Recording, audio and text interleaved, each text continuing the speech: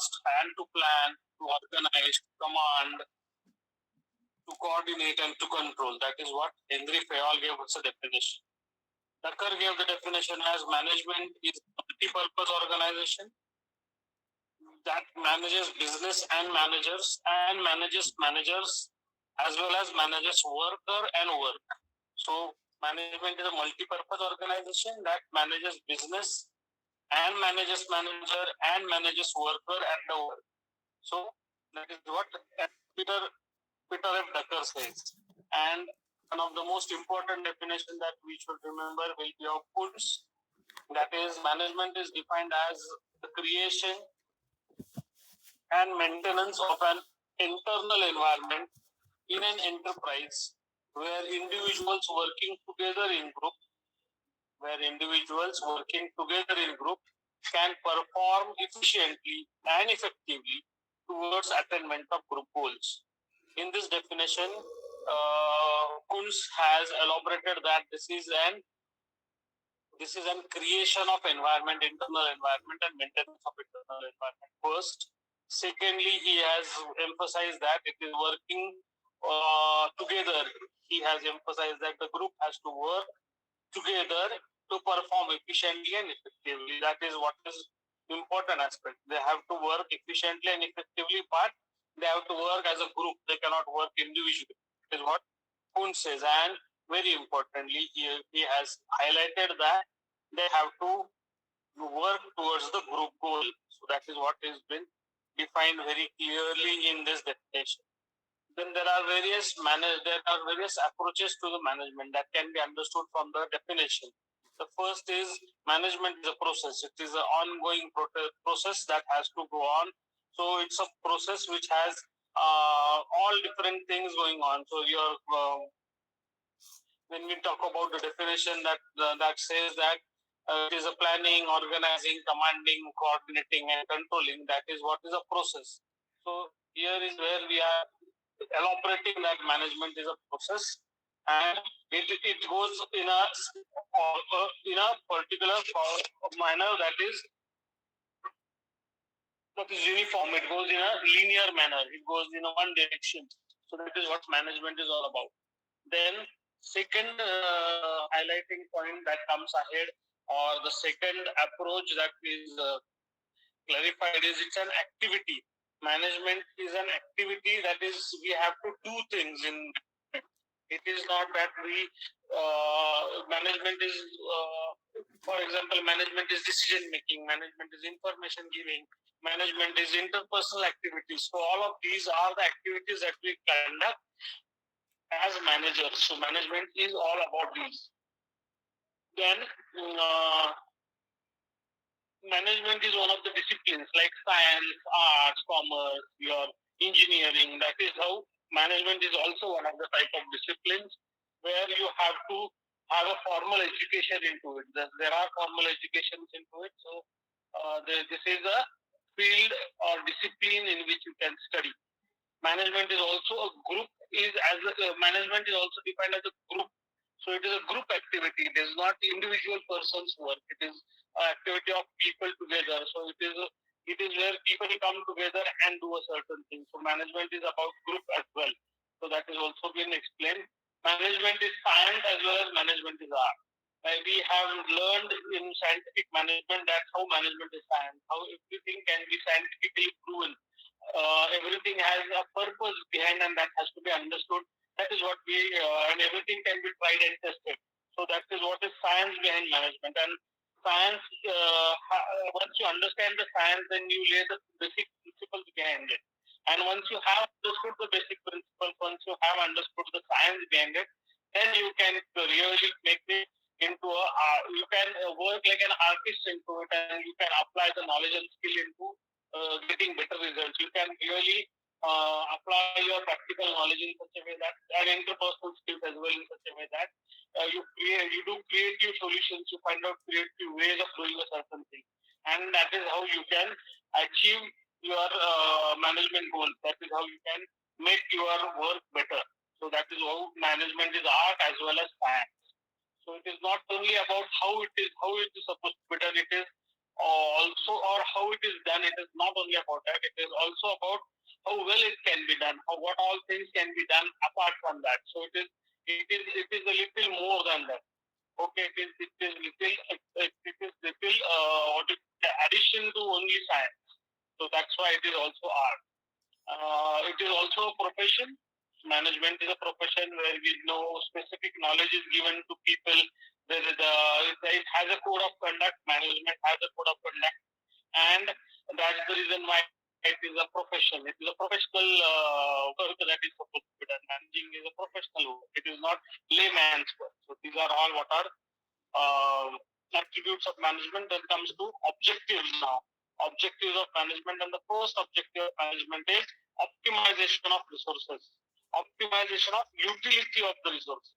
Resources can be optimized is one part, but optimum utilization of resources is what is important as a manager.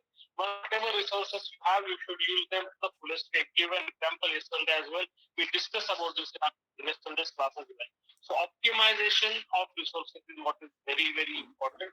Optimization of available resources and utilizing them in a proper manner, where we ensure that the people get the management gets the maximum out of the resources. Second objective is to grow and develop the business, and that should be the primary goal, because the business is going to give you money. Don't forget that the business that you are doing is going to give you money. So because the business is giving you money, business is going to make you more prosperous. That's the reason why you should be always focusing towards growth and development of the business. It is always the third aspect is about the quality. You should always try to give the best the quality with reduction of prestige, and getting the product at the minimum cost. That is what is about the quality. You should try to get maximum out of the organization, and try to get the best quality out of the organization. See, people can produce the work at any place, but the quality work has its own value. So if you are giving quality, then obviously it will have worth in the society. And if you are giving quality, then it will be regarded as a good quality work, and it will be regarded as a better thing to do.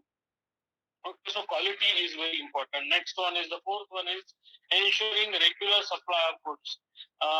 We discussed this when we were doing this chapter, that when we produce goods, when we are doing, it should not happen that I have a good at like for example, I am running a restaurant and I am serving, suppose let's take an example, simplest example of say chicken tikka. I am serving chicken tikka in my organization. It should not happen that at 7:30 the guest comes in, I have chicken tikka for him. But if a guest walks in at 10 o'clock, I don't have a chicken tikka to serve. Then it is on my menu. So it is irregularity. So ensuring that the regular food supplied, ensuring that the regular goods are being supplied is a responsibility of management, and the proper management has to be done for it. What is proper management in this? We should ensure that what kind of orders are going to be generated. We should be able to forecast them and plan accordingly. So we learned in planning that if you plan in a better way, your problems should be resolved as well. So ensuring the supply of goods in future is also one of the important things that has to be taken care in during planning. So you should ensure that there is a good even supply of goods in the market wherever. It should not happen that it suddenly you are finished with the product and you don't have thing to sell. That should not happen. If you are promising that you sell that, you should be having it to sell. Next is discipline and morale has to be maintained, ensuring that management ensures that discipline and morale is maintained. Um, discipline ensures the way in which the work happens, and that is a very essential requirement in any organization. Discipline is absolutely essential. One should be disciplined in his work and his conduct. Next is mobilization of best talent. You get people in your organization. It should be ensuring that they get promoted, they get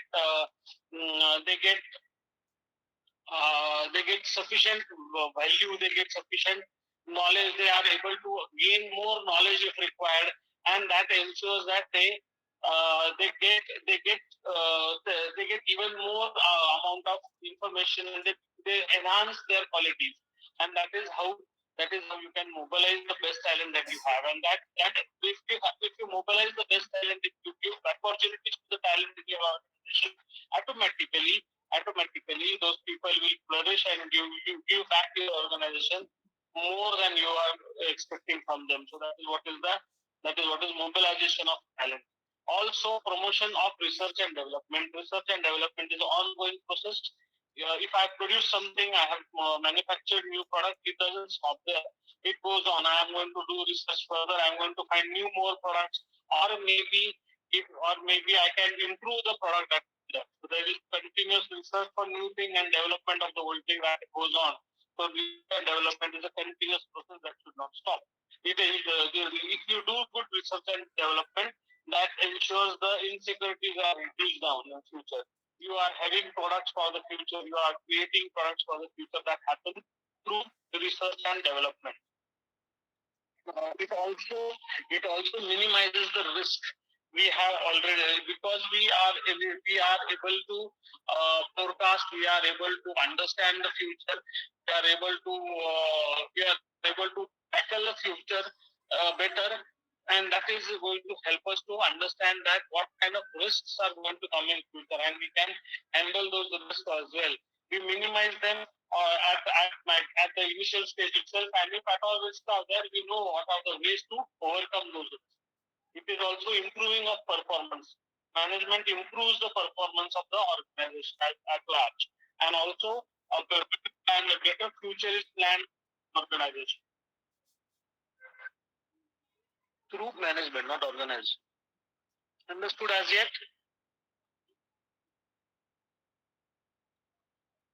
Anybody has anything to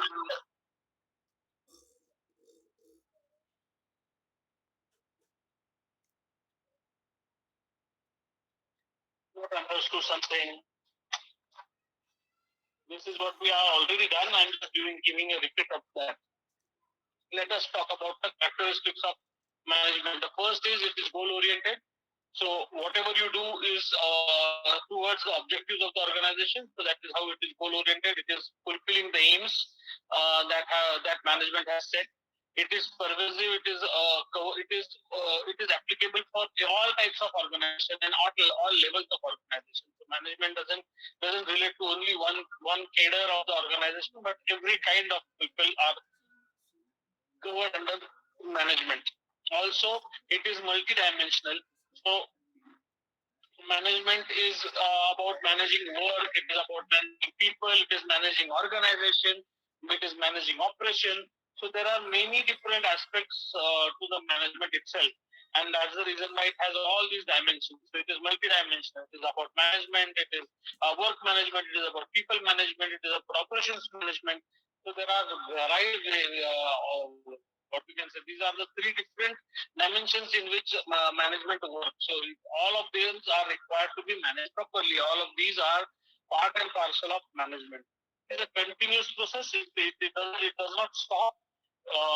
Once I have finished a certain thing, it is done. No, the controlling is a feedback to the next plan that should be understood. So when we do a planning, controlling is going to help you. The last time's control is going to tell you what is going to be there in future, what is last year's results are going to help us to know what is going to be there in future, and that is how planning goes on. So that is how management is continuous in process. So if I finish up with certain work, the feedback that I get from that work is going to help me for the future, and that's how it goes on and on and on. So it never stops. It is a constantly going on process, and it is a dynamic process as well. It is a group activity. It is not about one person. When we talk about management, it is about different people. So fifth point is it is a group activity where various people come together and work. Sixth point is it is dynamic in function. It is dynamic in function. So it is adaptive to the changes. What are things are happening around? It changes. It adjusts and then work. The example here can be of McDonald's that is given in your notes as well. That McDonald's, when came to India, they have introduced something that is not present in any of their markets. McDonald's is one of the largest food chain, and it is only in India where it serves a potato burger. So potato burger is not something that is seen in any market across the world. It is only in India. Why? Because Indians eat vegetarian food, and potato burger was seen to be one of the ways in which they can target the vegetarian people in India. So that is why there's aloo patty, aloo tikki, whatever they call it as, is one of the only products that McDonald's prepare for India. It is only Indian food that they serve. It is only India kind of a product for McDonald's. McDonald's don't actually give this kind of a pure vegetarian patties in burger. They are more into the non-vegetarian burgers. So only the chicken meat burgers are the ones which are eaten very commonly across the world. But in India, when they came, they understood that if we serve the Indians with meat burgers, they they may or may not appreciate it at all, and that's the reason why they came out with the potato burger. Also, McDonald's is more what we can say.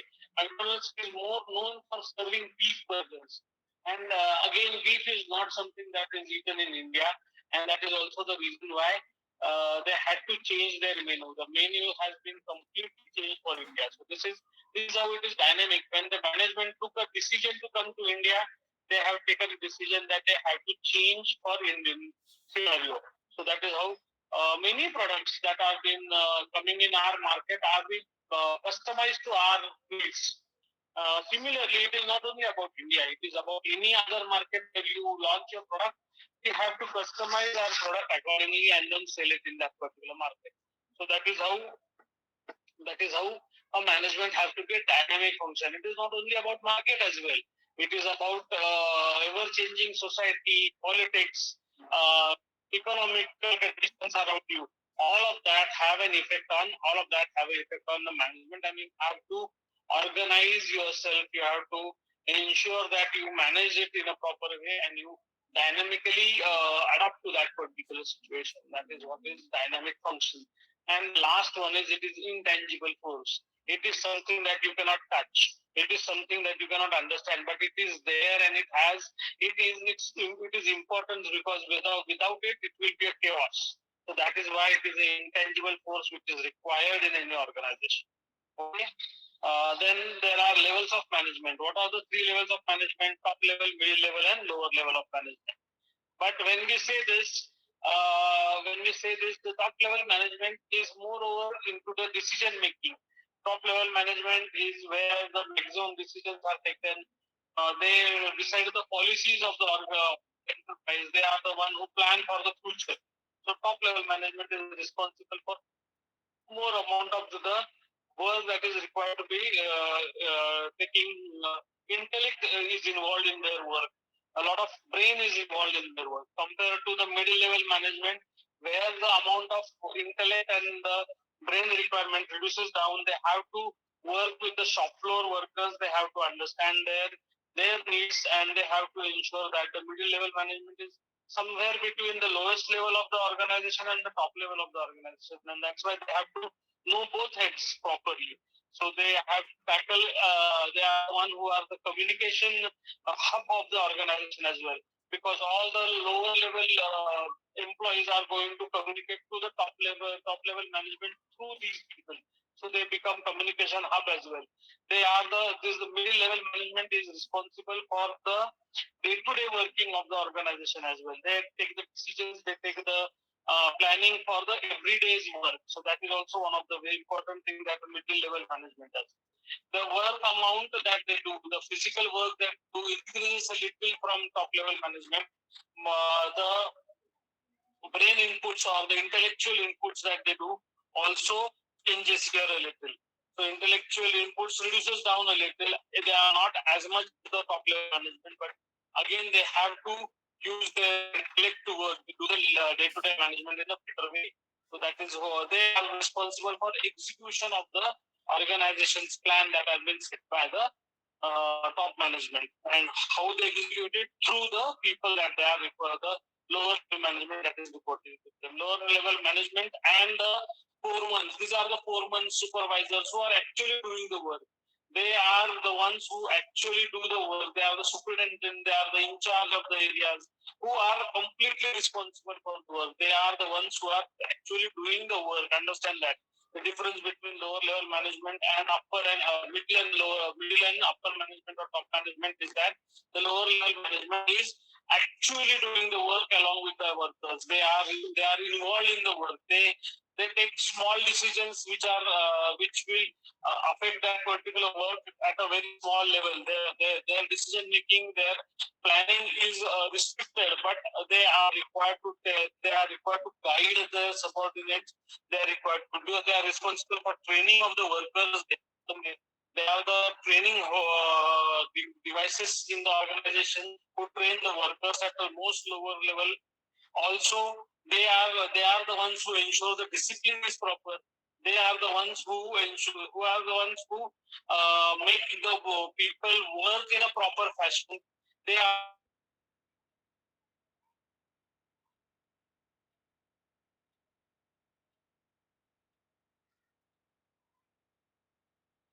vital role. But said and done so, the amount of intellect that they require is lesser as compared to the top level management, and the amount of the actual work that they do goes on increasing as you come down in the hierarchy. Understand this. So, what are the various management skills and competencies that one should have? First management skill is communication or interpersonal communication, the way in which one communicate with each other. So that's one of the very important skill that one should have. He should have empathy in his communication. He should be able to understand the other person's feeling when he communicates. That is the first one. The wise, the choice of words affect a lot what a manager uses. Okay, then second one is the tone in which he also talks also affects a lot. So that is the first aspect, that is interpersonal communication. Second is motivating the others. Management is responsible or is having should have a skill of ability to motivate others. They should be able to motivate people to do the work. Next is they should be able to do written communication in proper fashion. They should be able to write, because there is lots of what you can say notices, lots of information to be shared through written communication. That's the reason why their punctuation, grammar should be good. Okay, then there should be honest and integrity. There should be honesty in them. There should be integrity should be there. They should be human in approach. They should not display any immoral kind of activities. That is what is honesty and integrity. Then they should be problem solving. They should have an ability to solve the problem. If there are situations, if there are problems that are coming ahead, they should be able to handle them. Should come out with solutions. They should not. If the problem arises, they should be able to come out with multiple solutions, and also should be able to decide which is the best possible solution for the same. So that is what is problem solving ability. They also manager has to be able to develop others. He should be able to train people. So training is very important skill that a manager should have. He should be able to make the other person understand what he is supposed to do. He should be able to train them in a proper fashion. He also should have a vision and should be able to do the planning for future. He should be able to predict some things in the future. That is what is expected from a manager. He should have a vision for the future. He should also be creative and innovative in his approach. He should try to find out new ways of doing the things, and that will help him to solve the problems in a better way and a new way which will be more cost effective for the organization. Then he should be able to resolve the conflicts. He should be able to resolve the conflicts. He should be able to find out what are the problems that are there, and he should be able to give the solutions to the problems which will reduce down or resolve the conflict completely. Then he should be able to delegate the work to the people. He should be able to give the work, and he should be able to give the work of such a kind that they should get that should be accomplished by the person. He should not be feeling that the task that was given to him, he is not able to accomplish it. Then there is a dissatisfaction that come ahead. So he should give a work, the amount of work to the employee that he should be able to accomplish. He should be feeling happy that he has done that work. And then he should be the management also should be able to the manager also should be able to value the diversity. Every person is unique in its own. Every person is different from one another, and this diversity should be valued by the manager. And in today's world, it is very important. What you can say, an aspect that one manager should have, one of the attributes that manager should have, that is, he should be able to respect the diversity, value the diversity, because today we get people from varied levels of varied places. We get people from various countries, from various regions, of various ethnical background, of various cultural background, of also various religions. So all of those which come together and work in a team or come together and work in an organization, all of those should be given equal respect, and that is what is valuing of diversity. So they should be able to share the same premise. Then, um, then we will be talking about the second chapter. That is what was about introduction chapter. So then we will talk now about the second chapter. Before going to second chapter, anybody want to ask anything that they have not understood?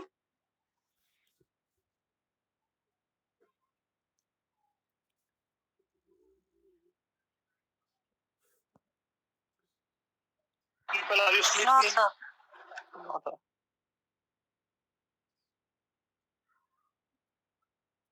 Maybe Rick Chetna has understood everything. Anybody here who has not understood and want to ask anything? No, sir. No, sir. Okay. So we'll go to the management part, the journey, and the way it happened. Yes, sir. So this was a very interesting. This is a very interesting part of our syllabus, where we understand how management thought grown in the industries, how management has changed. Understand that before the industrialization era, before the industry started to come into existence, it was all about cottage industries. What cottage industry? Cottage industry stand for small household businesses that were run by single owners usually, or maybe a family-owned businesses, which doesn't require a management, what you can say, management principles to be laid down, because there are not too many people coming in. Also, they were used to produce whatever they can and used to sell that. And that is what was changed after the industrialization happened. Industrialization did what? Industrialization created larger areas of work where people come together and work, and now the production increased, the number of goods that they were producing also increased. Automatically, the requirement for cells came into existence. It was also during this era that people started to do. They stopped doing the cottage work and rather join the industry so that they can earn better. That was what was the thought behind industrialization. So people came together to start industry at certain places. It was also certain people who come up with new ideas and opened up the bigger businesses, which slowly and steadily stopped the cottage industry completely. Not if completely, but it has reduced its importance. And while doing so, one important aspect came ahead, that now people were coming together and working. People were working at one place at a larger numbers, and this was a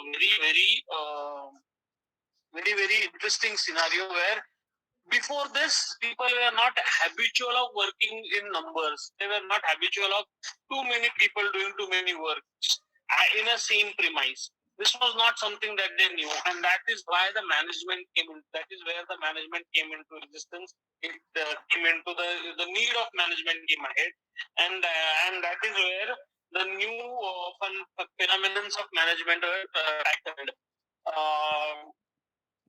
The first and foremost idea that was brought up was by the management thinkers who gave us the scientific management to us. And before him, there were people who were doing different kinds of thoughts. Before F.W. Taylor came ahead and gave us the scientific management, there were people who were working in the pre-scientific era of management as well, but their work were limited and restricted. What Taylor did was he bring up the scientific management at a large. He said that if you have to organize these mass production units where large number of workers are working, then we have to standardize everything. And if we standardize everything, we can standardize only through scientific way. Science is the only way to standardize the thing. That is what W. Taylor said. He laid a number of principles that are still used in today's world as well.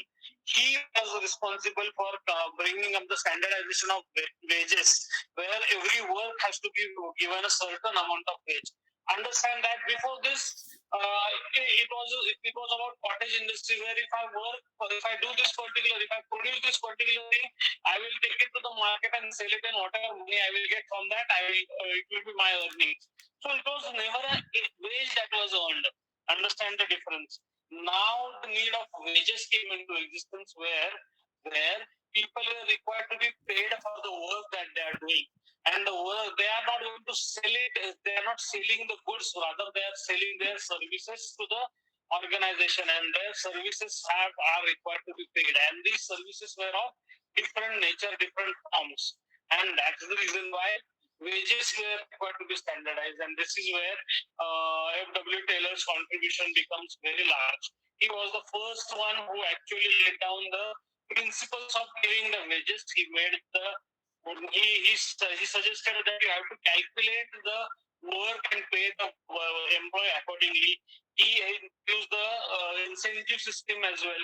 If you work for this many hours, you will get this amount of money and so on. So the incentives were sometimes given on the basis of time, sometimes it was given on the basis of the amount of work and aspects into the existence. So wages got some kind of what we can say, some kind of base on which basis they can be taking the wages or giving the wages. So that is what was laid down. The foundation was laid down by the Taylor. He also ensured that because it is large amount of work, large amount of machinery being used, he said that all of this machinery should be properly they should be properly engaged. It should be properly utilized. He said that there should be uniformity of work. The work should be working in a linear fashion. It should not happen in a haphazard manner. And all of these thoughts given by the F.W. Taylor were based on his scientific studies that he used to conduct in the organization. He conducted various research programs in the chaotic world of that time, and gave the chaos a better direction. He was responsible for giving his thought process was responsible for giving a number of solutions to the problems faced at that time. So, and all of the solutions were based on the science that he was doing. All of them were based on the principles of science.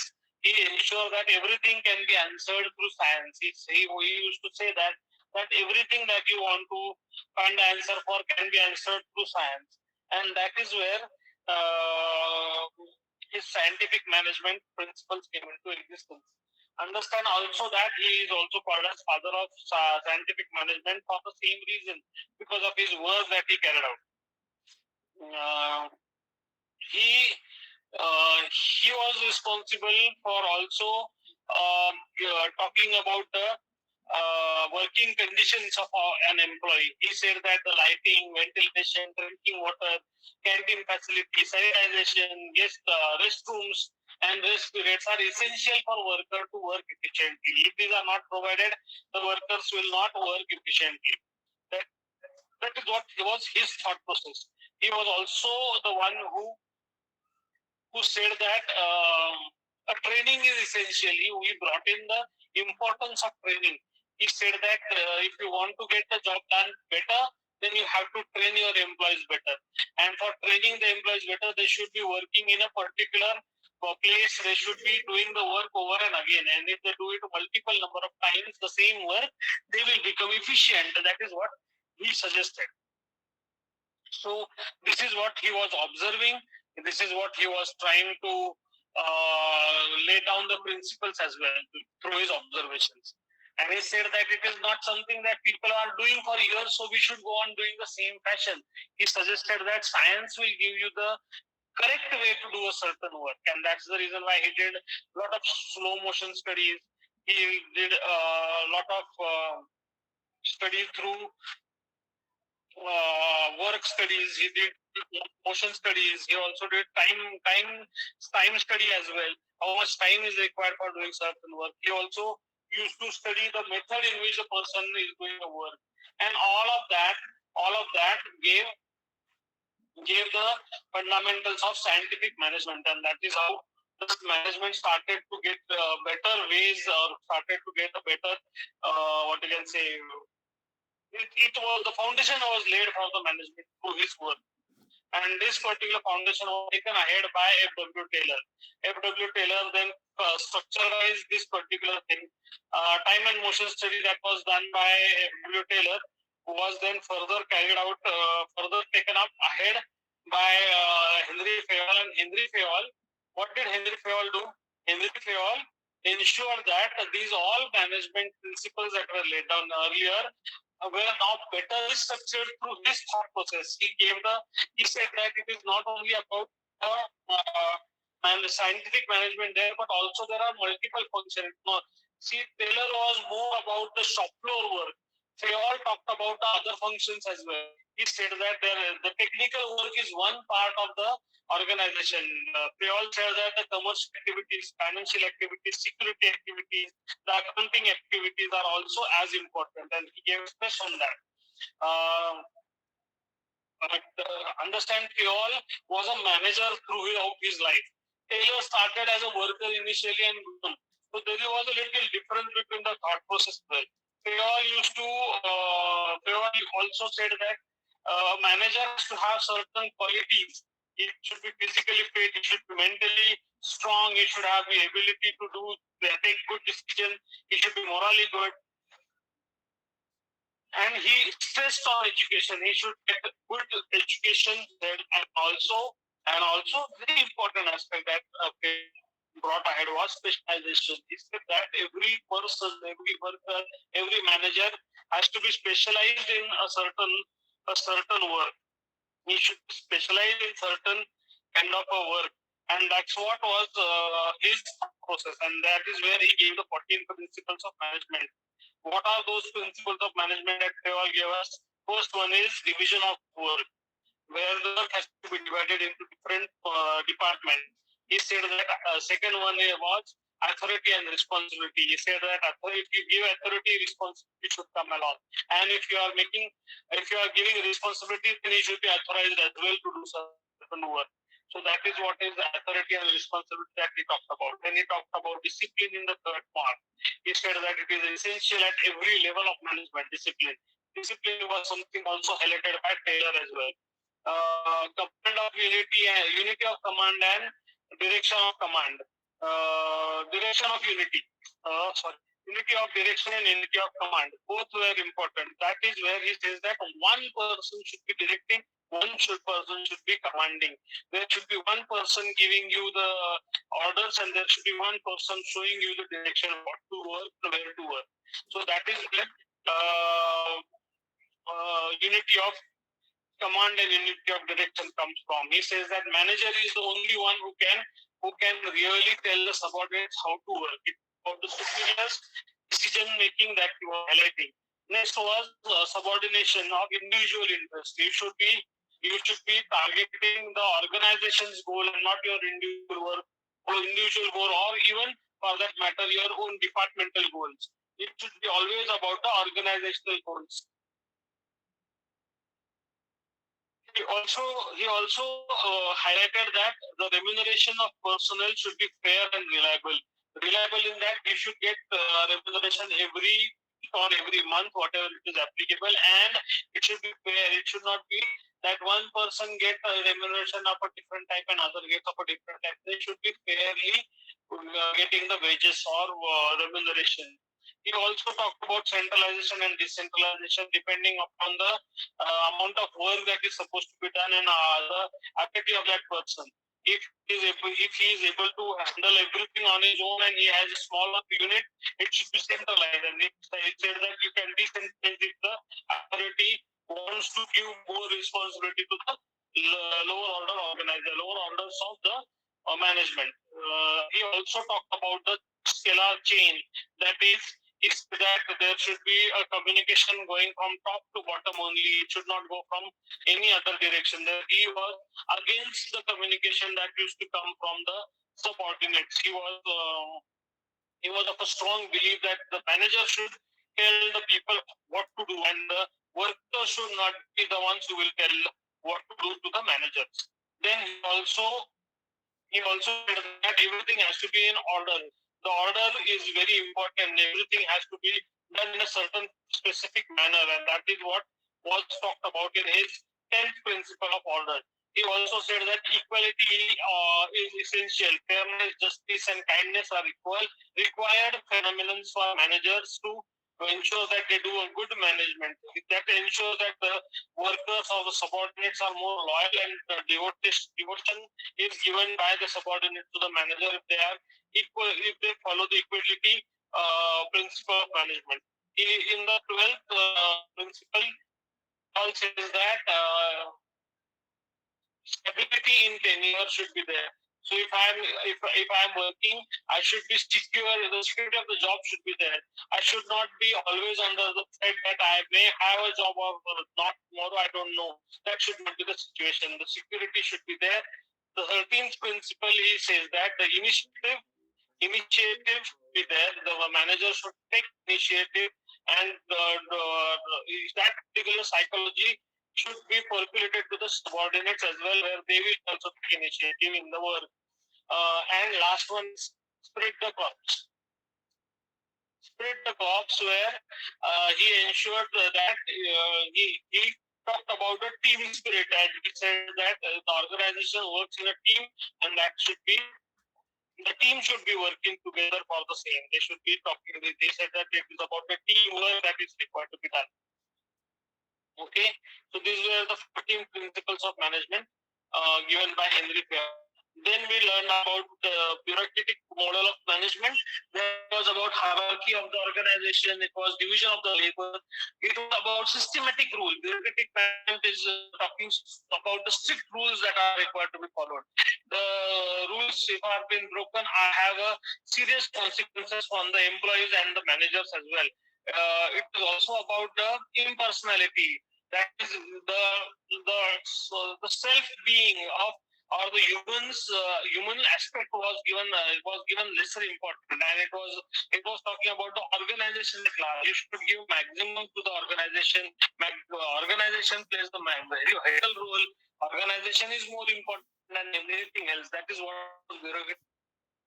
It was also about the authority and power. The legal authority and power was given to the management, and that is how bureaucratic management became.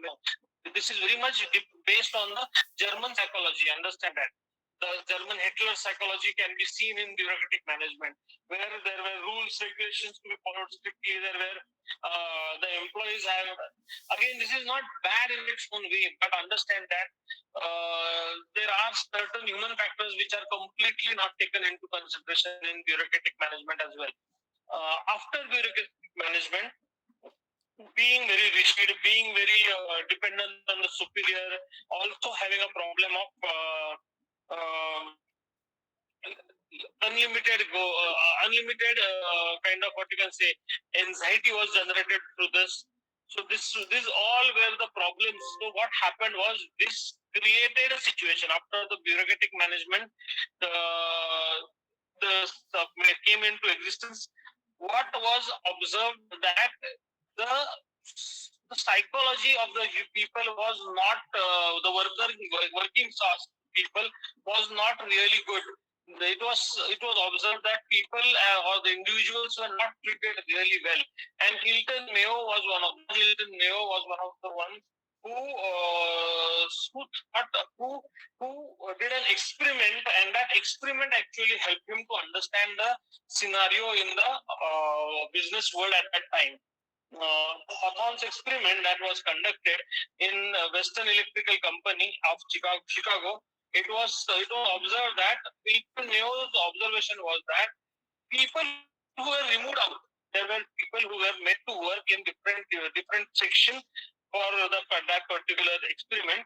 Those people were performing at a higher, what we can say, higher performance was seen in those people compared to the other people who were working in the other parts of the particular organization.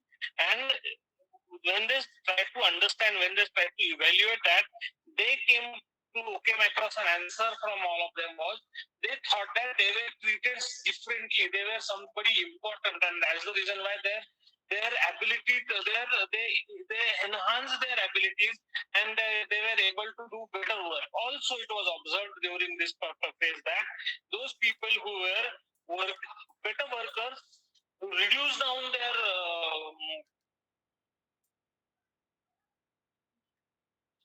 ability to work, and those who were poorer worker increased their ability to work. So they found out the what you can say that particular amount of work that they can do. They've observed they automatically came up to a mean of work that everybody can work at a level. And everybody was adjusting each other, and this is what was something human factor that were coming up. So they understood that you cannot just say that this much amount of work has to be done.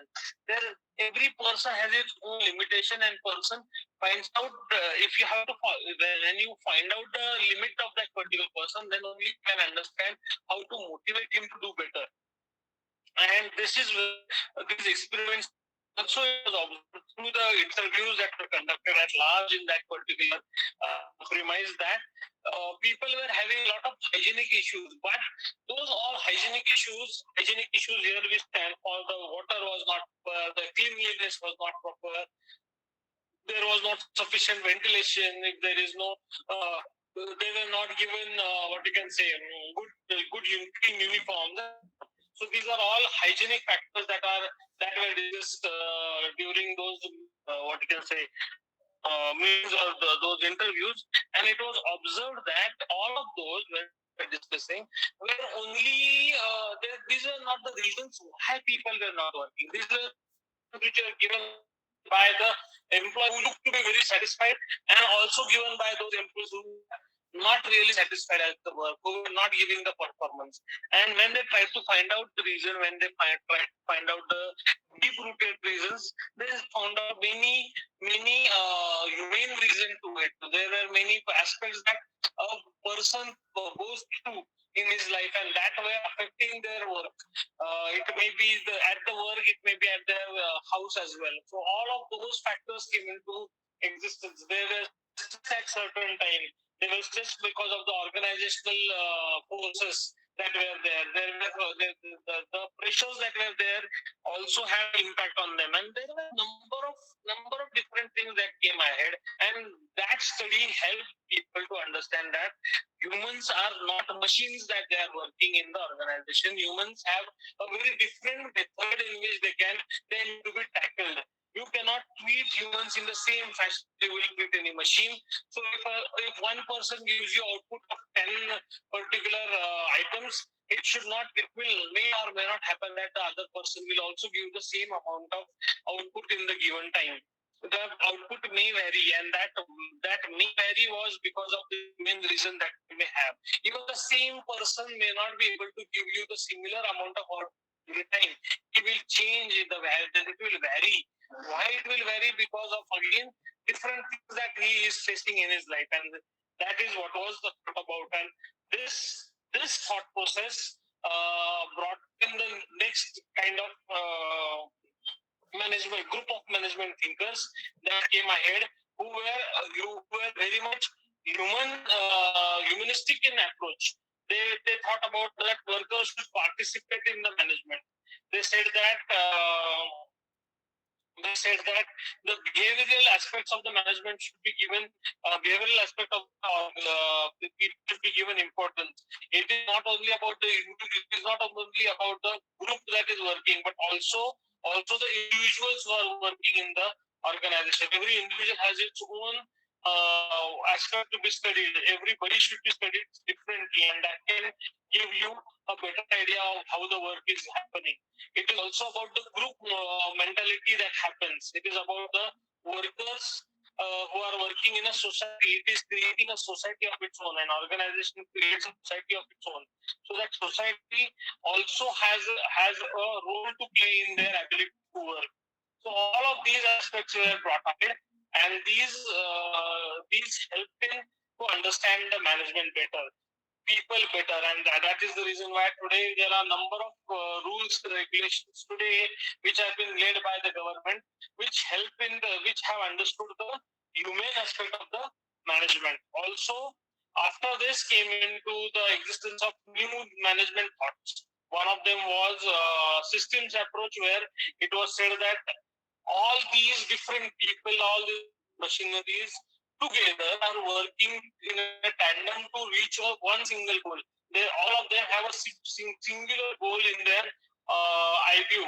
So they should be working randomly. They should be synchronized in such a way that everybody works together in a proper manner, and that's what a system all about. System says that everything is interconnected and interrelated. So you cannot separate out a certain part or component of the organization. So it is like a cycle. When you paddle it down, then only it will move, and when you have a proper handle, then only you can direct it in the proper manner. So everything in the cycle is important. Only paddles are there. There are no wheels. Again, that cycle of no use. So wheels, paddles, handle, the chain that is attached from paddling to the wheel, all of that, the sprocket to the wheel, everything is important in a cycle, and that is how it is about about the organization as well. All aspects of management, all aspects of an organization are required to be working in a tandem with each other, and they should be working like an organization or organism. Like for example, a human or any animal for that matter works in are all body parts work in a proper tandem, and if they are working in a tandem, if they are working together, if they are synchronized with each other, then we are healthy. If one body part starts giving a problem, then we immediately feel sick, and that is what happens to the organization as well. Systems approach says that if one particular aspect of the organization is not functioning properly, it is going to have an effect that the overall system is going to feel ill. Overall system is going to get affected by that. That is what is the systems approach. It is also about the next approach that was brought up ahead was contingency theory. So the contingency theory says that there are multiple approaches to any situation. There are multiple things that are required to be taken, and it is all interdependent. So you have to, according to the circumstances, according to the situation, you have to take the decisions and go ahead. So you should be able to have multiple ways in which you can do the work, and that is what contingency says. It is completely opposite of what Taylor said. Taylor said that there is only one way of doing a certain thing. But here in contingency theory, it is suggested that there are multiple ways of doing it, and you have to find out the best suited. And if that doesn't work, you can go on to the next one as well. So that is what is all about here. Second chapter as well. So this is what we are going to have in our unit test. Understood? Any doubts you have, anything that you want to ask? Pretty well for your unit test. Okay?